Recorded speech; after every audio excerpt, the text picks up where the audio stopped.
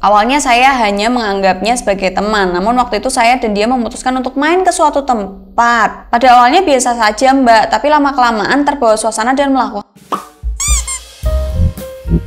Hai semuanya, gimana kabar kalian teman-teman? Semoga sehat selalu, semoga baik-baik aja. Ingat jangan lupa minum air putih yang banyak ya, jaga kesehatan teman-teman karena sehat mahal harganya. Hari ini aku akan bacain lagi curhatan gitu ya. Semoga curhatan kali ini bisa jadi pelajaran buat kita semua. I think yang nanti akan aku bacain nih seputar selingkuh. Pasti akan banyak banget orang yang merasakan hal yang sama. Pasti, nggak mungkin nggak. Itu termasuknya apa sih? Layangan putus serial, TV seriesnya Indo, layangan putus itu kan juga akhirnya banyak orang yang di komen-komenan, entah itu di-share di TikTok, entah itu di YouTube, entah itu di platform resminya dan sebagainya, itu banyak banget yang akhirnya komen gitu, wah sama kayak aku berapa tahun lalu, wah aku lagi ngerasain ini. Banyak orang yang merasakan hal yang sama seputar selingkuh gitu ya. Jadi buat kalian nih tetap semangat gitu ya. Buat kalian yang mau curhat juga bisa langsung cek description box, di situ ada info lengkapnya kalau mau curhat kemana. Nah ini aku bacain salah satunya yang mungkin bisa jadi pelajaran kita semua juga gitu ya, entah kalian di pihak yang selingkuh atau yang diselingkuhi. Halo Mbak Adel, nama lengkap saya ini, dia seorang laki-laki, saya tinggal di salah satu kota di Indonesia. Sekarang mahasiswa di salah satu universitas di Indonesia juga, saya anak kedua dari 3 bersaudara. Mohon privasi saya tidak disebutkan. Iya, sekali lagi kalau kalian curhat di Adela Wulandari, saya tidak akan pernah menyebutkan nama asli Anda. Kotanya mungkin bisa jadi bisa enggak. Biasanya aku akan cuma nyebutin kalian laki-laki atau perempuan.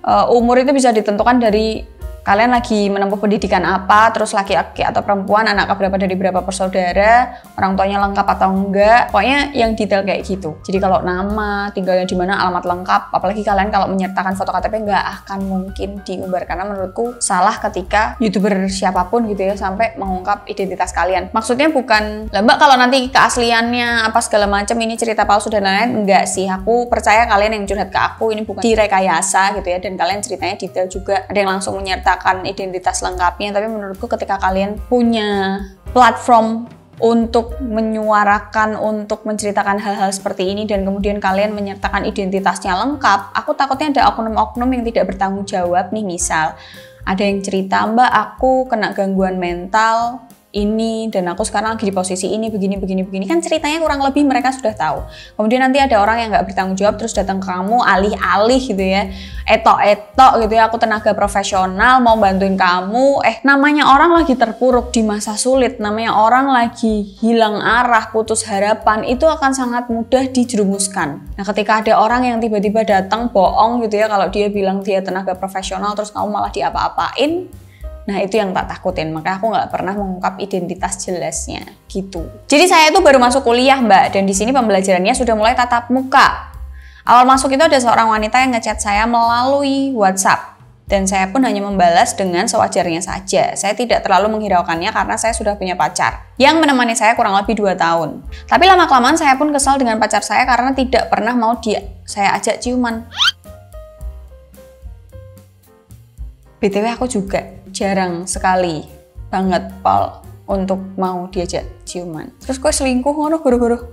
Tenang, kita baca sampai habis dulu. Saya tidak menginginkan hubungan intim lebih jauh karena saya juga takut dengan akibat yang akan datang nantinya. Oke, bagus.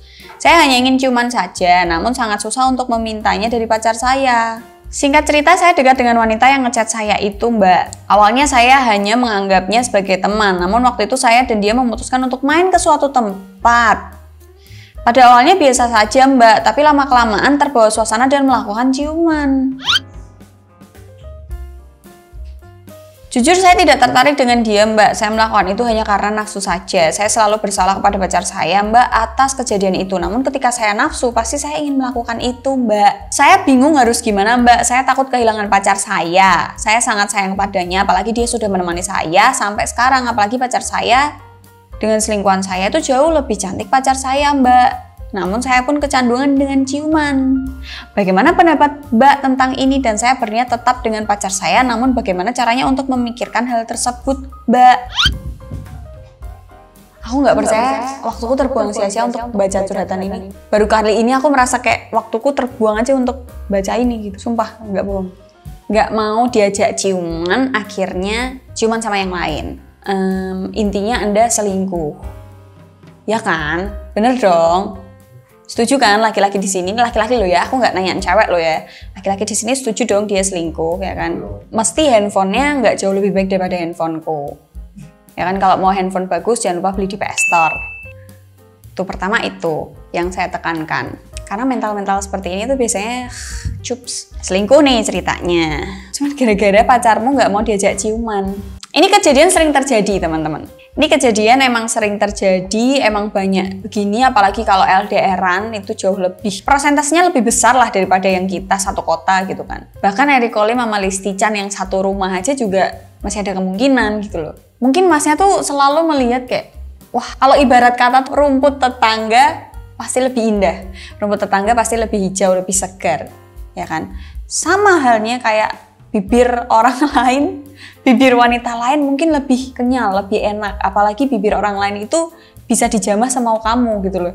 Bisa dijamah tanpa harus permisi, tanpa harus memohon mungkin, tanpa harus effort berlebih, tanpa harus mungkin kamu harus gosok gigi dulu, kumur-kumur dulu, nyikat lidah, harus wangi, harus bersih baru mau diajak ciuman. Mungkin bibir wanita yang kamu ajak ciuman itu semudah itu didapatkan gitu ya. Tapi kamu pernah mikir nggak mas di luar sana gitu ya, ini nggak berlaku untuk ciuman aja, tapi hal-hal yang lain mungkin urusan kasur. Mungkin awalnya dari pegangan tangan, ciuman, usek-usek rambut gitu ya. Terus endingnya kan pasti kemana-mana kalau udah ciuman gitu kan. Kita nggak bisa kontrol pas ciuman itu tangannya kemana gitu loh. Ciuman adalah pembuka pintu neraka gitu. Pembuka pintu selanjutnya ke pintu-pintu yang lain. Coba Anda bayangkan nih mas-mas di luar sana. Mas yang ini yang tak maksud. Tak sebutin apa namanya?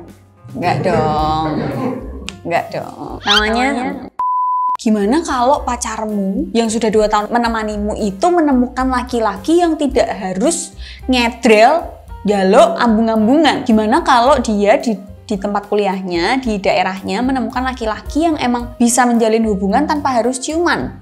Gimana kalau dia menemukan laki-laki yang bisa membahagiakan dia, yang bisa masih seru-seruan, bahas sesuatu yang dia suka dan nyambung tanpa harus ciuman? Gimana kalau dia menemukan laki-laki yang emang standarnya ketika pacaran tuh nggak harus ciuman? Gimana kalau dia menemukan laki-laki itu kemudian dia ngegas, habis itu dia melakukan hal yang sama kayak mbok lakuin? Gimana perasaanmu? Aku nggak mau kehilangan dia mbak, soalnya aku sayang. Mungkin kalau kamu sayang kamu nggak mungkin melakukan itu, ngerti nggak? Nggak mungkin akhirnya sama cewek itu yang tadinya cuma WhatsAppan, gangguin dan lain-lain gitu loh. Kalau ada laki-laki yang, aku nggak tahu ya karena aku bukan laki-laki itu ya. Kita balik. Kalau ada cewek yang bilang dia gangguin aku mbak lewat chat, tapi terus lama-kelamaan kita bisa pergi bareng, itu kan berarti Anda nanggepin. Itu berarti Anda membalas chatnya, walaupun itu cuman ye, oke, titik, dan sebagainya gitu loh.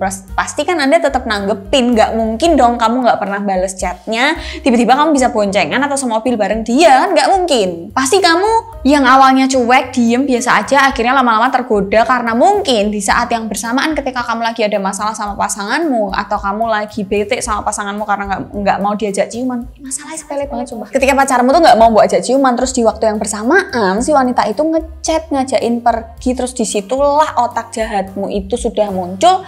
Tapi yang salah bukan otak jahatmu, tapi yang salah adalah kamu merealisasikan apa yang ada di otakmu. Kamu merealisasikan apa yang ada di pikiranmu. Wah, aku ra iso entuk teko bojoku, wah ana wedok sing nyedaki gas porak ya. Pikiranmu tuh baru ngomong gitu doang, gas porak ya. Tapi yang salah adalah kamu akhirnya ngegas. Nah, akhirnya merealisasikan apa yang ada di otakmu gitu loh. Masalahnya kalau otak, pikiran, traveling kemana-mana, itu nggak ada yang bisa ngontrol, nggak ada perundang-undangan yang menyebutkan dilarang memikirkan wanita. Nggak ada.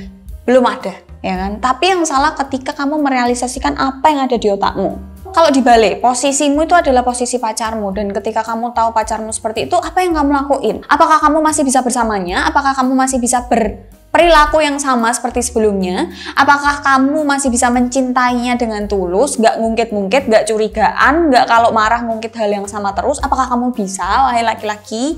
Wahai nggak semua laki-laki ya, wahai masnya, mas huruf depannya. Nanti pasti nek tukaran BOD, aku bisa kok, kalau kamu salah aku terus lupa, stay double gatel. Jangan marah-marah, nanti muka aku berkerut. Gimana, bisa nggak? Itu terserah jawab po, neng jero ati rak masalah. Tapi saranku ketika nih ada 2 orang di dalam hubungan ketika yang satu emang nggak mau diajak ciuman nih, kasusnya kan ciuman doang, seenggaknya kamu komunikasiin ke pacarmu, sayang kenapa sih kamu kok, ngerti nggak sih ketika kamu ngajak ngobrol pasanganmu, coba kondisikan waktunya tuh yang enak, ngerti nggak, dia udah kenyang, suasananya mendukung, lagi santai, lagi seru, nggak di dalam kondisi yang bad mood, bukan pas lagi marahan, lagi nesu-nesunan gitu ya gara-gara apapun itu, terus kamu tiba-tiba, lah kamu aja juga nggak mau diajak ciuman, nah itu salah kalau masuknya di situ, ya kan, pas lagi enak banget terus kamu nanya, sayang aku boleh nanya nggak, kenapa sih kok kamu kalau diajak ciuman pasti nggak mau, atau kenapa sih kok kamu jarang mau ciuman? Nah nanti dia akan menjelaskan tuh, diobrolin dulu.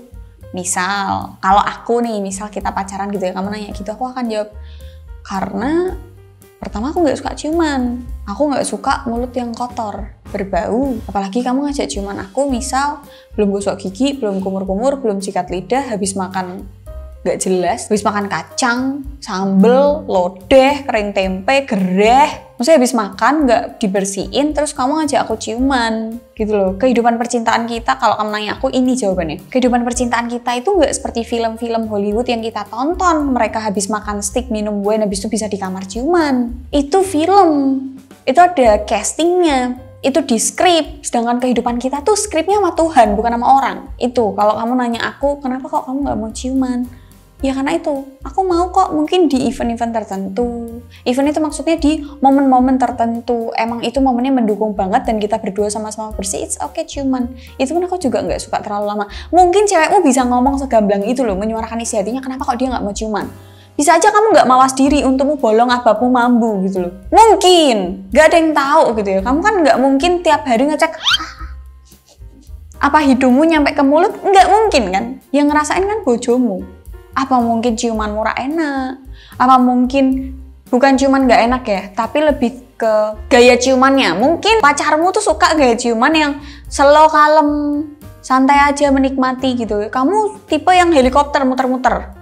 Siapa tahu kayak gitu. Ada beberapa pendapat kenapa sih kok nggak mau melakukan itu gitu loh. Sama halnya kalau nggak cuman kamu yang misal nggak mau ciuman, tapi misal pasanganmu nggak mau diapain gitu loh. Harus dikomunikasikan dulu setelah kalian berkomunikasi, ngobrol bareng, ketemu kenapa kok nggak mau, kenapa kok gini, kenapa kok gitu. Akhirnya ada alasannya. Di situ baru bisa dibahas bareng nih. Oke deh, berarti kalau kita mau ciuman, enaknya gimana ya? Nanti lama-lama ketemu dengan persetujuan kedua belah pihak, bukan kamu doang atau bukan dia doang. Begitu ya masnya. Semua orang tuh pasti punya nafsu, gak mungkin enggak. Kamu mungkin bilang, oh bojoku rak nafsunan, gak mungkin, dia pasti punya nafsu. Semua orang punya nafsu. Jadi sebelum kalian pacaran, kalian harus kontrol dulu nafsumu, baru boleh pacaran. Karena kalau nggak kekontrol, bisa jadi kamu merusak apa yang sebenarnya nggak rusak. Bisa jadi kamu merusak orang yang tadinya nggak rusak, akhirnya karena harus menuruti nafsumu dan kamu sendiri nggak bisa ngontrol, bahkan nafsu yang ngontrol kamu merusak yang tadinya nggak rusak. Itu berbahaya. Apalagi untuk wanita gitu ya, hati-hati dengan laki-laki yang hidupnya dikontrol oleh nafsu, bukan dia yang ngontrol nafsunya. Jangan sampai ketemu cowok kayak gitu ya. Jadi berdoalah sering-sering gitu ya. Tuhan, tolong jauhkan aku dari laki-laki. Kalau doa sama Tuhan tuh yang spesifik. Tuhan, tolong aku jauhkan dari laki-laki yang namanya ini misal. Tuhan, tolong jauhkan aku dari laki-laki yang namanya ini, atau laki-laki dengan spesifikasi begini. Tuhan, aku mau jodoh yang rinci gitu loh kalau berdoa, ngerti nggak? Diulang-ulang terus. Insya Allah terkabul. Gitu ya. Begitu aja konten kali ini. Buat kalian yang mau curhat langsung cek description box. Semoga Mas yang tak sebut namanya. Semoga Masnya diberikan hidayah, bisa ngobrol sama pacarnya dengan enak gitu ya. Dan ya karepmu wis hubunganmu sing pacaran kowe, sing loro ati kowe, sing blasak ya kowe, sekarang lah. Gitu aja konten kali ini. Don't forget to like, comment, and share video ke teman-teman kalian. See you next video. Bye.